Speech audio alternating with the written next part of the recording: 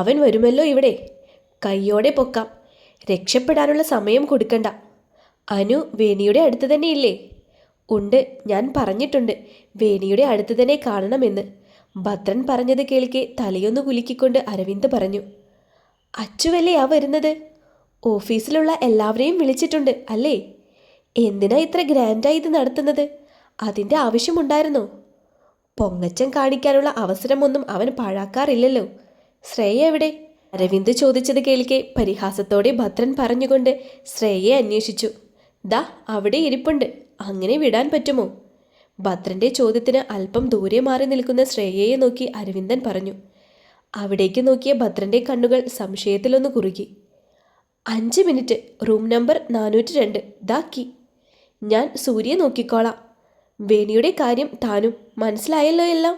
ശ്രേയക്കടുത്തേക്ക് വന്നുകൊണ്ട് വേണിയെ ഒന്ന് നോക്കി. അവൾക്ക് അല്പം പുറകിലായിരിക്കുന്ന സൂര്യയെയും ഒന്ന് നോക്കി സന്ദീപ് അവളോട് പതിയെ പറഞ്ഞുകൊണ്ട് കീ നീട്ടി. എനിക്കെന്തോ പേടിയാകുന്നു. ഭദ്രൻ സാർ അറിഞ്ഞാൽ. ഭദ്രൻ നിന്റെ അടുത്ത് എത്തുന്നതിന് മുൻപ് ഞാൻ നിന്നെ ഇവിടുന്ന് രക്ഷിച്ചിരിക്കും. നീ പോ. കീ മേടിച്ചുകൊണ്ട് ഭയത്തോടെ ചുറ്റും നോക്കി പറയുന്നവളെ സമാധാനിപ്പിക്കാൻ എന്നോണം അവനൊരു പാഴ്വാക്ക് നൽകി. സൂര്യ, വേഗമൊന്ന് പുറത്തേക്ക് വന്നേ. എനിക്ക് അത്യാവശ്യമായൊരു കാര്യം പറയാനുണ്ട്. എന്തത്യാവശ്യമാണെങ്കിലും ഇപ്പോൾ പറ്റില്ല. നമുക്ക് പിന്നെ സംസാരിക്കാം. അരികിൽ വന്നിരുന്ന് സന്ദീപിനെ അറിയെ വേണിയെ നോക്കിയിരുന്നു കൊണ്ട് തന്നെ സൂര്യ പറഞ്ഞു. പറ്റില്ല, ഇപ്പോൾ തന്നെ വേണം. ആകാശിനെ കുറിച്ചുള്ളൊരു കാര്യം പറയാനാ. ആകാശിനെ കുറിച്ചോ? സന്ദീപ് പറഞ്ഞത് കേൾക്കെ അവന് നേരെ സംശയത്തോടെ നോക്കിക്കൊണ്ട് ശ്രേയ ചോദിച്ചു. അതെ, ആകാശിൻ്റെ കൂടെ പഠിച്ച ഒരാളുടെ നമ്പർ കിട്ടിയിട്ടുണ്ട്. ഞാൻ ചോദിച്ചിട്ട് ഒന്നും പറയുന്നില്ല. നീ നിന്റെ ഫോണിൽ നിന്ന് വിളിച്ചൊന്ന് ചോദിച്ചു നോക്ക്. ചിലപ്പോൾ പറഞ്ഞെങ്കിലോ. നീ പുറത്തേക്ക് വാ. അവളുടെ ചോദ്യം കേട്ടുകൊണ്ട് ഗൗരവഭാവത്തിൽ പറഞ്ഞുകൊണ്ട് സന്ദീപ് മുന്നിൽ നടന്നു. അവൻ പോകുന്നത് നോക്കി വേണിയെയും ഒന്ന് നോക്കി. അവൾ വേഗം അവനൊപ്പം പുറത്തേക്കിറങ്ങി. വേഗം തിരിച്ചു വരണമെന്ന ആലോചനയോടെ. എന്താ വേണി, എന്താ വല്ലാതെ ഇരിക്കുന്നേ? എന്തേലും ബുദ്ധിമുട്ടുണ്ടോ?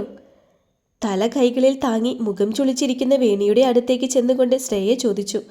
അത് തല വല്ലാതെ ഛർദിക്കാൻ തോന്നുന്നു. എങ്കിൽ വാ. ഇവിടെ ഫംഗ്ഷൻ നടക്കുമ്പോൾ ബോധം കെട്ട് വീണാൽ കമ്പനിക്കാ നാണക്കേട്. വാ, ഞാൻ വാഷ്റൂമിൽ കൊണ്ടുപോകാം. ഒന്ന് വൊമിറ്റ് ചെയ്ത് കഴിയുമ്പോൾ ശരിയാകും. തല താങ്ങി പറയുന്നവളുടെ തോളിൽ പിടിച്ച് അവളെ എഴുന്നേൽപ്പിച്ചുകൊണ്ട് ശ്രേയ പറഞ്ഞു.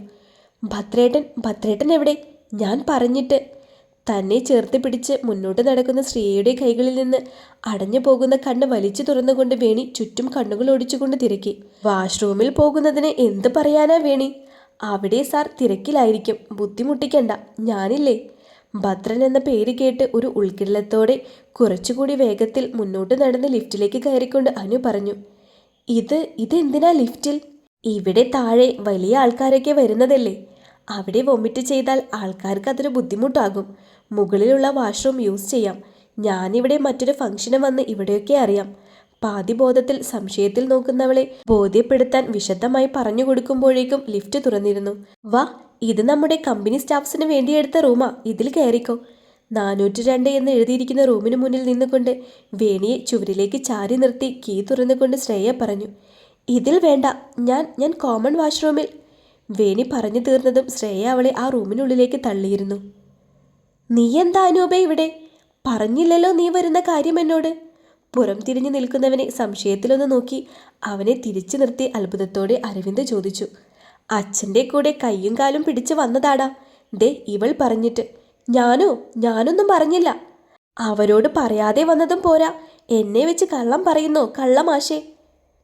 തന്നെ കൈചൂണ്ടി പറയുന്നവനെ കാണെ പരിഭവത്തോടെ അവർക്ക് മുന്നിലേക്ക് വന്നു നിന്നുകൊണ്ട് അനു പറഞ്ഞു. നീ എന്തായിരുന്നു ഇവിടെ? വേണി എവിടെ? അനുവിനെ മുന്നിൽ കണ്ട് ഞെട്ടിക്കൊണ്ട് അവൾക്ക് ചുറ്റും നോക്കിക്കൊണ്ട് അരവിന്ദ് പരിഭ്രമത്തോടെ ചോദിച്ചു. അവിടെ അകത്തുണ്ട്. എന്താ ഏട്ടാ? അവൻ്റെ വെപ്രാളം കണ്ടുകൊണ്ട് അനു സംശയത്തോടെ ചോദിച്ചു. നിന്നോട് ഞാൻ എവിടെ നിൽക്കാനാടി പറഞ്ഞത്? വേണിയുടെ അടുക്കൽ നിന്ന് മാറരുതേ എന്ന് ഞാൻ പറഞ്ഞോന്ന്? ഞാൻ പെട്ടെന്ന് അനൂപേട്ടനെ കണ്ടപ്പോൾ. അരവിന്ദൻ്റെ ഇതുവരെ കണ്ടിട്ടില്ലാത്ത ദേഷ്യം കാണെ അവൾ പേടിച്ചുകൊണ്ട് പതർച്ചയോടെ പറഞ്ഞു. നിന്നെയൊക്കെ ഏൽപ്പിച്ച എന്നെ പറഞ്ഞാൽ മതി. അവൾ പറഞ്ഞത് കേൾക്കെ അകത്തേക്ക് നടന്നുകൊണ്ട് അരവിന്ദ് ദേഷ്യത്തോടെ പറഞ്ഞു. ഇവിടെയെങ്ങും കാണുന്നില്ലല്ലോ, എവിടെ പോയി? അവൾ ഇരുന്ന സീറ്റിനരികിൽ നിന്നുകൊണ്ട് ചുറ്റും കണ്ണുകൾ പായിച്ചുകൊണ്ട് അരവിന്ദ് പരിഭ്രമത്തോടെ മനസ്സിലോർത്തു. എന്താടാ, എന്താ കാര്യം? ഭദ്രൻ എവിടെ? അവൻ്റെ വെപ്രാളം കണ്ടുകൊണ്ട് പുറകിൽ അനുവിനൊപ്പം വന്നു നിന്ന് അവൻ്റെ തോളിലായി കൈകൾ വെച്ചുകൊണ്ട് അനൂപ് തിരക്കി. എനിക്കറിയില്ല, വേണിയെ ഇവിടെയെങ്ങും കാണുന്നില്ല. ഇവളെ ഏൽപ്പിച്ച് ഞാൻ മാറിയതാ അങ്ങോട്ട്, കമ്പനിയിലെ അത്യാവശ്യ കാര്യം ഭദ്രനോട് പറയാൻ. ഇതിപ്പോ വേണിയെ കാണുന്നില്ല എന്ന് പറയാൻ നോക്കിയപ്പോൾ ഭദ്രനെയും കാണുന്നില്ല. നീ ആ ഫോൺ എടുത്തൊന്ന് വിളിച്ചു നോക്കിക്കേ. അനുവിൻ്റെ നിറയാൻ തുടങ്ങിയ കണ്ണിലേക്കൊന്ന് നോക്കി ദേഷ്യത്തോടെ അവളെ നോക്കി നിൽക്കുന്ന അരവിന്ദനോടായി അനൂപ് പറഞ്ഞു. എടുക്കുന്നില്ല.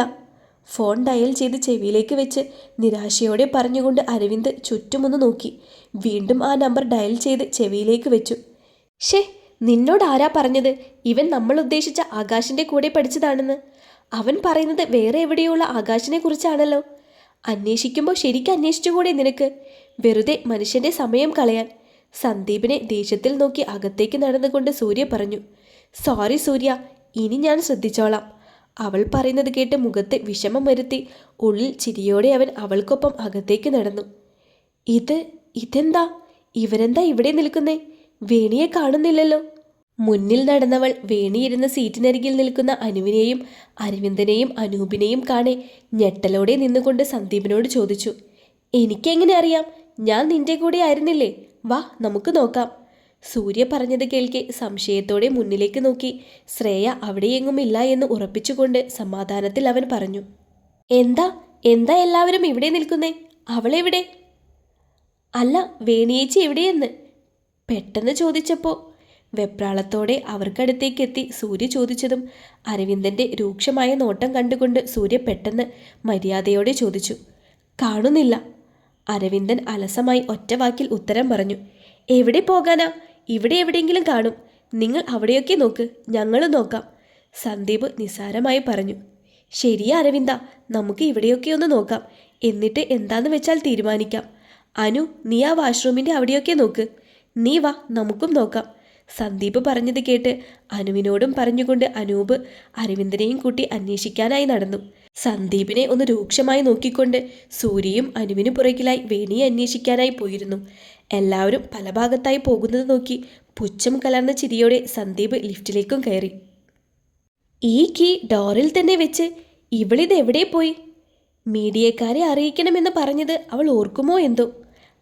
എവിടെയെങ്കിലും പോട്ടെ, കാര്യം കഴിഞ്ഞ് ഞാൻ തന്നെ വിളിക്കാം.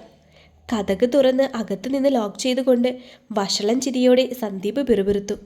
നിന്നെ എൻ്റെ കയ്യിൽ കിട്ടുക എന്നത് എത്ര നാളത്തെ എൻ്റെ ആഗ്രഹമാ വേണി. നീ എൻ്റെ സ്വന്തമായതറിഞ്ഞ് ഭദ്രന് മാനസിക നില പിന്നെയും തെറ്റുമല്ലോ വേണി. സാരമില്ല കേട്ടോ, നിനക്ക് ഞാനില്ലേ. നീയും ഒരു കൊച്ചു കോടീശ്വരിയല്ലേ. ഭദ്രൻ മരിച്ചാൽ ഞാനും കോടീശ്വരനാകും. നമുക്ക് ജീവിക്കാൻ വേണി. കട്ടിലിൽ മറുവശം ചെരിഞ്ഞുകൊണ്ട് പുതപ്പ് പുതച്ച് മൂടിക്കിടക്കുന്നവളുടെ അടുത്തേക്ക് നടന്നുകൊണ്ട് ഷർട്ടിൻ്റെ ബട്ടൺസ് അഴിച്ചുകൊണ്ട് സന്ദീപ് വഷളം ചിരിയോടെ പറഞ്ഞു. ചേ, ഇതാരാ ഇപ്പോൾ കതകിൽ മുട്ടുന്നത്? ആ ശ്രേയ ആദ്യമേ മീഡിയക്കാരെ വിളിച്ചറിയിച്ചോ? ഇവളെ ഏൽപ്പിച്ച എന്നെ പറഞ്ഞാൽ മതിയല്ലോ. പുതച്ച് കിടക്കുന്നവളിലേക്ക് കൈകൾ നീട്ടിയതും പുറത്ത് കതകിൽ മുട്ടുന്നത് കേട്ടുകൊണ്ട് അവൻ മുഷിച്ചലോടെ പറഞ്ഞു. ഈ കോലം കണ്ടാൽ വല്ലതും നടന്നതായി അവർ വിശ്വസിച്ചോളും. വേണിക്ക് ബോധമില്ലാത്തത് കൊണ്ട് അവളും വിശ്വസിക്കും. നിന്നെ അറിയാൻ കുറച്ച് സമയം കൂടി ഞാൻ കാത്തിരിക്കണമല്ലോ വേണി. ഷർട്ടയച്ച് കളഞ്ഞുകൊണ്ട് മുടി അലങ്കോലമാക്കിയിട്ട് കതകിനടുത്തേക്ക് നടന്നുകൊണ്ട് അവൻ നിരാശയോടെ പുറകിൽ പുതച്ചു കിടക്കുന്നവളെ ഒന്ന് തിരിഞ്ഞു നോക്കിക്കൊണ്ട് കതക് തുറന്നു. ചേ, എന്താ എന്താ ഇത്? കതക് തുറന്നതും മീഡിയകളുടെ ഫ്ലാഷ് ലൈറ്റ് മിന്നിയ അസ്വസ്ഥതയോടെ കൈകൾ കണ്ണുകൾക്ക് മുകളിൽ വെച്ച് മറച്ചുകൊണ്ട് സന്ദീപ് അമർഷത്തോടെ പറഞ്ഞു. ഞങ്ങൾക്ക് കിട്ടിയ ഒരു ഇൻഫർമേഷൻ്റെ അടിസ്ഥാനത്തിൽ വന്നതാണ്. ഞങ്ങൾക്ക് ഈ റൂമൊന്ന് ചെക്ക് ചെയ്യണം. എന്തിന്? ഇവിടെ ഞാൻ സ്നേഹിക്കുന്ന പെൺകുട്ടിയുമുണ്ട്. അതിനെന്താ? മുന്നിൽ നിൽക്കുന്ന പോലീസിൽ ഒരാൾ പറഞ്ഞുകൊണ്ട് അകത്തേക്ക് കടക്കാൻ പോയതും കൈകൾ കുറുകെ വെച്ചുകൊണ്ട് അവൻ ദേഷ്യത്തോടെ പറഞ്ഞു. സ്നേഹിക്കുന്ന കുട്ടിയല്ലേ സാർ, അത് ആ കുട്ടിയും കൂടെ പറയണ്ടേ? അല്ലെങ്കിൽ കേസ് വേറെയാകും. സന്ദീപിൻ്റെ കൈകൾ തട്ടിമാറ്റി അകത്തേക്ക് കയറിക്കൊണ്ട് അയാൾ പുച്ഛത്തോടെ പറഞ്ഞു. സാർ, അയാൾ പറഞ്ഞത് ശരിയാ. ഇവിടെ ഒരു പെൺകുട്ടിയുണ്ട്, പക്ഷേ ബോധമില്ലെന്ന് തോന്നുന്നു. ആ വനിതാ പോലീസിൽ ഒരാൾ കൂടി ഇങ്ങോട്ട് വന്നേ. അകത്തേക്ക് കടന്ന ആൾ വിളിച്ചു പറഞ്ഞത് ചിരിയോടെ തന്നെ കേട്ടുകൊണ്ട് സന്ദീപ് വാതിൽക്കൽ തന്നെ ചാരി പുറത്തേക്ക് നോക്കി നിന്നു. വെള്ളം കുറച്ചുകൂടി മുഖത്തേക്കൊഴിക്ക്. കണ്ണു തുറന്നല്ലോ. എന്താ കുട്ടി, എന്താ പറ്റിയത്? എനിക്കൊന്നും ഓർമ്മയില്ല. വനിതാ പോലീസ് അവളോട് ചോദിച്ചതിന് കൊടുത്ത മറുപടി കേട്ട് സന്ദീപ് നെറ്റി ചുളിച്ചുകൊണ്ട് അകത്തേക്ക് നോക്കി. നീയോ? അകത്തേക്ക് നോക്കിയവൻ തലയിൽ കൈതാങ്ങിയിരിക്കുന്ന അച്ചുവിനെ കണ്ടുകൊണ്ട് ഞെട്ടലോടെ പിന്നിലേക്ക് നീങ്ങി നിന്നുകൊണ്ട് ചോദിച്ചു, എന്താടോ, നിങ്ങളല്ലേ പറഞ്ഞത് സ്നേഹിക്കുന്നവളാണെന്ന്? എന്നിട്ടിപ്പോൾ അറിയാത്ത ഭാവത്തിലാണല്ലോ സംസാരം. അകത്തേക്ക് കയറിയ പോലീസിൽ ഒരുവൻ അവൻ്റെ അടുത്തേക്ക് വന്നുകൊണ്ട് ദേഷ്യത്തോടെ ചോദിച്ചു, ഞാൻ ഇവളെയൊന്നും ചെയ്തിട്ടില്ല. ആണോ കുട്ടി? കുട്ടിക്ക് എന്തെങ്കിലും ഓർമ്മയുണ്ടോ? സന്ദീപ് പറയുന്നത് കേട്ടുകൊണ്ട് വനിതാ പോലീസ് അച്ചുവിനെ താങ്ങി ചാരിയിരുത്തിക്കൊണ്ട് ചോദിച്ചു. ഇല്ല, എനിക്കൊന്നും ഓർമ്മയില്ല. ദേഹമൊക്കെ നല്ല വേദനയുണ്ട്. അത് വല്ല മരുന്നോ ജ്യൂസോ കുടിച്ചതിൻ്റെയാകും. ഞാനൊന്നും ചെയ്തിട്ടില്ല സാർ. അച്ചു പറയുന്നത് കേട്ട് വെപ്രാളത്തോടെ സന്ദീപ് പറഞ്ഞു. അതെന്താ നിനക്ക് ഇത്ര ഉറപ്പ്? നീ വല്ലതും കലക്കി കൊടുത്തതാണോ? അങ്ങനെയല്ലല്ലോ സാറ് ഞങ്ങൾ വന്നപ്പോൾ പറഞ്ഞത്. നടക്കടാ പോലീസ് സ്റ്റേഷനിലേക്ക്, അവിടെ വെച്ച് സംസാരിക്കാം ബാക്കിയെല്ലാം. സന്ദീപിനെ പുറകിൽ നിന്ന് തള്ളിക്കൊണ്ട് പോലീസ് പറഞ്ഞു. ഏട്ടാ, ഒന്ന് പറ, ഞാനൊന്നും ചെയ്തില്ലെന്ന്. എനിക്കറിയില്ല ഇവൾ എങ്ങനെ ഇതിനകത്ത് വന്നു എന്ന്. പുറത്ത് നിലത്തേക്ക് ആരുടെയോ കാൽക്കീഴിൽ വീണ സന്ദീപ് മുന്നിലെ കാലുകളൊന്ന് നോക്കി സംശയത്തോടെ മുഖമുയർത്തി നോക്കിയതും മുന്നിൽ നിൽക്കുന്ന ഭദ്രനെ കണ്ടുകൊണ്ട് കരച്ചിലോടെ പറഞ്ഞു. നീ എന്തിനാ പിന്നെ ഇതിനകത്ത് കയറിയത്? താഴെ വീണവനെ എഴുന്നേൽപ്പിച്ചുകൊണ്ട് ഭദ്രൻ ഗൗരവത്തിൽ ചോദിച്ചു. അത് പിന്നെ റെസ്റ്റ് എടുക്കാൻ. ഓ, അതിനാണോ? ശരി, ഞാൻ നിന്നെ രക്ഷിക്കാം. സാർ, ഒരു മിനിറ്റ്, ഞാൻ ഇവനുമായി ഒന്ന് സംസാരിക്കട്ടെ. കൊച്ചു ചെറുക്കനല്ലേ, ഞാൻ ഇപ്പോൾ ഇത് ശരിയാക്കി തരാം. സന്ദീപ് പറഞ്ഞത് കേട്ട് ഭദ്രൻ അവിടെ നിൽക്കുന്ന പോലീസിനോട് താഴ്മയോടെ ചോദിച്ചു. സാർ പറഞ്ഞാൽ എങ്ങനെയാ പറ്റില്ല എന്ന് പറയുന്നേ? സംസാരിക്ക് സാറേ, നല്ല ഒരു തീരുമാനം എടുക്കാൻ പറ. ശരി, വാ സന്ദീപേ, നമുക്ക് അങ്ങോട്ട് മാറി നിന്ന് സംസാരിക്കാം. പോലീസിന്റെ അനുവാദം കിട്ടിയതും അവരെ നോക്കിയൊന്ന് ചിരിച്ചു കാണിച്ചുകൊണ്ട് സന്ദീപിന്റെ തോളിൽ കൈയിട്ടുകൊണ്ട് ഭദ്രൻ ഗൗരവത്തോടെ പറഞ്ഞു. അപ്പോൾ നിനക്ക് രക്ഷപ്പെടണമല്ലേ? ഞാൻ രക്ഷിക്കാം. എൻ്റെ ചെറിയച്ഛൻ്റെ മോനല്ലേ? നിന്നെ പോലീസിൽ കൊടുത്താൽ നമ്മുടെ തറവാടിനല്ലേ നാണക്കേട്? അപ്പോൾ ഫോൺ എടുത്ത് ലോക്ക് മാറ്റി എൻ്റെ കയ്യിൽ തന്നെ. എന്തിന്? ഭദ്രൻ പറഞ്ഞത് കേട്ട് ആശ്വാസത്തിൽ നിന്നവൻ ഭദ്രൻ്റെ അവസാന വാക്ക് കേട്ട് സംശയത്തോടെ ചോദിച്ചു. രക്ഷപ്പെടണ്ടേ? അപ്പോൾ ഞാൻ പറയുന്നതനുസരിക്ക്. ചോദ്യം വേണ്ട. ദാ ലോക്ക് മാറ്റി. മുഖം ചുവന്ന് ദേഷ്യത്തിൽ പറയുന്ന ഭദ്രനെ ഒന്ന് നോക്കി പേടിയോടെ പോക്കറ്റിൽ നിന്ന് ഫോൺ എടുത്ത് അവന് നേരെ നീട്ടിക്കൊണ്ട് സന്ദീപ് പറഞ്ഞു.